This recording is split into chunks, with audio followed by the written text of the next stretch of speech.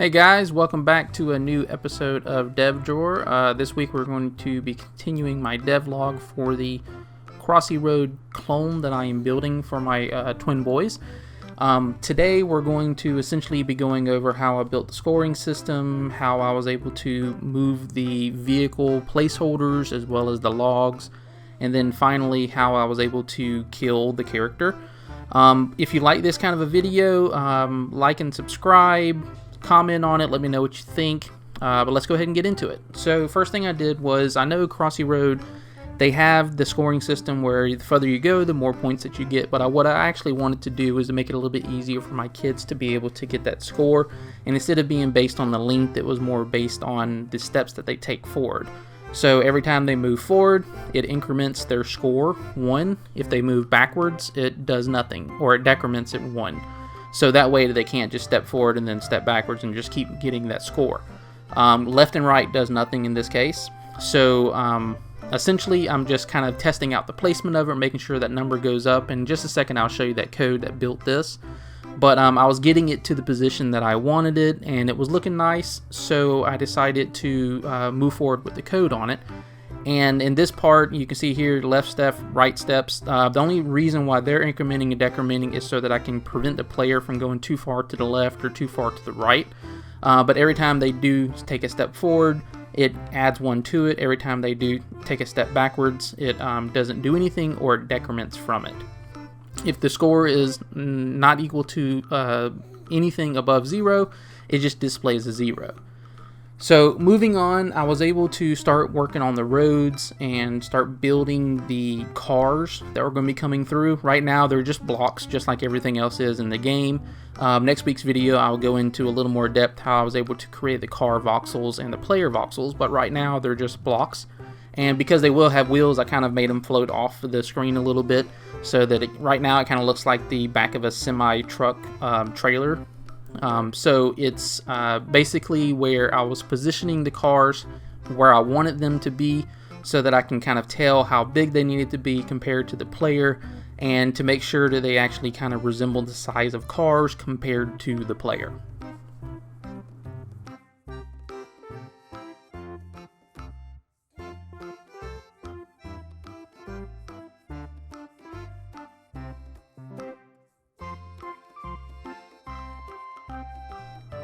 At this point, I'm just trying to test which vertical axis that I needed to change, or what axis I needed to change to move it left and right. And then I got into the code where I created a flag that said if it was on the right side, we're going to flip everything. If it's on the left side, we're going to keep it where it's moving a percentage over, is trying to get off of the screen. So right here it just says that it's flipping it around if that flag is set for it to be on the right side of the screen. And as you can see here, I was able to populate those vehicles so that they were actually moving in sync with each other. They got some of them that are different speeds. They're being generated on the left and the right side and kind of pushing its way inside. So now it was kind of time to go on to the log building part of it as well. So this part took a little bit longer than I had hoped for, just because it was, the log had to be floating on top of the water, but it also couldn't be underneath anything else. So I spent a lot of time positioning the log and making it where I wanted it to be at, but I couldn't see it. So I had to keep testing it out in order to see where that log was spawning at, and I kind of found out that I needed to set a variable to show whether it was a log or not, because in the end, the log, if you're on the log, it needs to move with the player, and then the player needs to be able to jump off that log in order to be able to continue move instead of continuing to go with the log. One of the issues I was having was that I could see that the logs were being generated, but I couldn't see where they were being generated at, which means that they were being positioned too low on the screen, and they were basically generating either underneath the water or underneath the land. So I can see that the logs are being generated and they're being pushed off the screen, so that just means that I needed to flip around where they were being spawned at and make it go from the left side, switch them over to the right side, and then vice versa.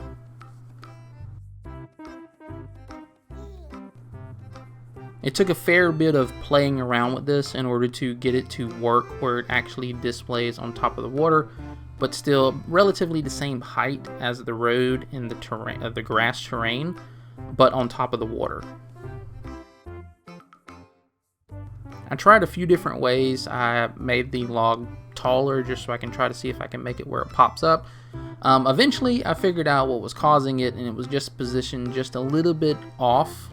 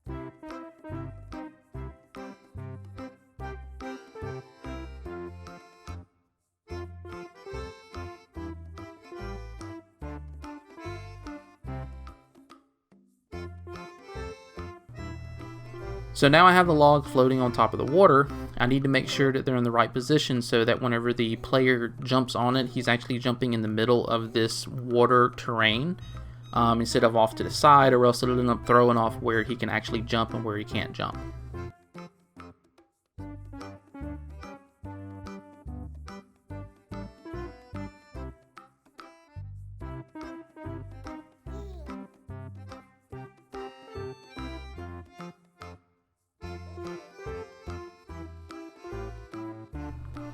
I finally got it where the player could jump on the logs, but one of the issues I was having was that the gravity that I added to the player into the log and the friction and everything that was going with it, it was carrying the player with the log even after they jumped off of the log. So this is where that isLog variable comes into play, because it allows me to say if it's jumping on a log to not utilize that gravity or that friction as much.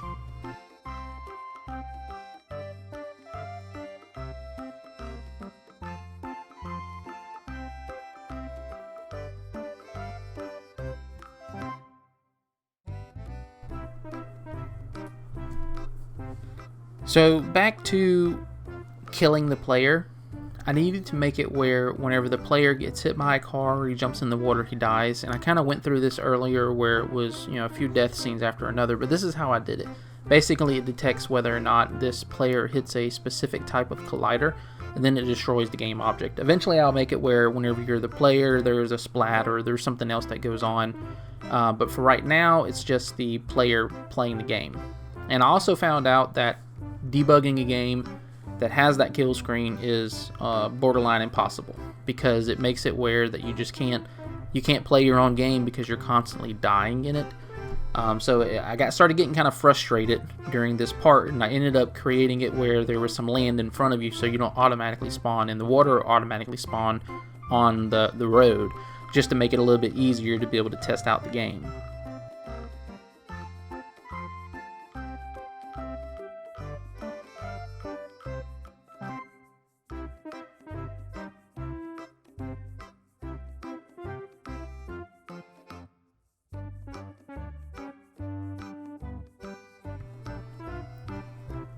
So one of my first successful playthroughs of the game is right here. I was able to jump on the logs. I was able to stop the position whenever I jumped off of the log. And I was very proud of this moment because I'd been working on these logs probably for 3 days just by themselves. So whenever I got to this point, I kind of stopped for a second because I was like, wow, it finally works. But then I immediately die. And I was finally getting to where I can kind of see that Crossy Road game starting, and you can kind of start playing it a little bit. So I showed my boys and they loved it. They couldn't wait to see what it looks like whenever I got them actually put into the game, which I'll show you at the end of this video what that looks like. But for right now, just kind of going through where we're jumping through, you can actually see that it's very similar to the mechanics of Crossy Road. There's still a few issues with the colliders not pushing you back whenever you try to jump through a tree or a bush, but for the most part, it's very close to where I wanted it to be at while learning Unity. This walkthrough here was my first successful attempt at testing everything. So the score system incrementing, the cars being able to kill you, the water killing you, the terrain being generated like it's supposed to, as well as the spacing between the vehicles, which I had to adjust a little bit and resize them, as well as the logs and the gravity that's focused on them. And this was kind of like me just testing out everything that I have done so far and being happy with it enough to kind of say that maybe the mechanics are getting done. Now I just need to work on the look of it. So in the upcoming videos, I'm going to be showing you how I created the player skins, the vehicle skins, how I was able to create a character select so the boys can either select an individual or play it as the twins and just jump as two rather than one. The red car is modeled off of my car, the black SUV is modeled off of my wife's SUV, and then I just kind of took and made iterations of those two. I've also was able to style it so that those are my boys, they're in their pajamas, because that's whenever I looked at that, whenever I took a picture of them, that's what they were wearing, so I just modeled it after that. And from here you can see everything is kind of being generated the way it's supposed to be. It's going in there, and the player is essentially able to play through the game. So if you like this kind of a video, definitely hit the thumbs up button, subscribe to the channel, and leave a comment. I know that like maybe 95% of the people that watch my videos don't subscribe, so if you like this, if you watched it all the way through and you're at this point, definitely hit the thumbs up on it. Let me know what you think. Subscribe to the channel, because this isn't the only kind of tutorial I do. I do a lot of other coding tutorials, and I'm about to get back into those, probably starting with Python. I'm just trying to learn something right now as part of my 100 days of code. But if you like this video and other videos that I've done, subscribe to the channel, and we'll see more coming up in a few weeks. Thank you for watching, and I'll talk to you next time.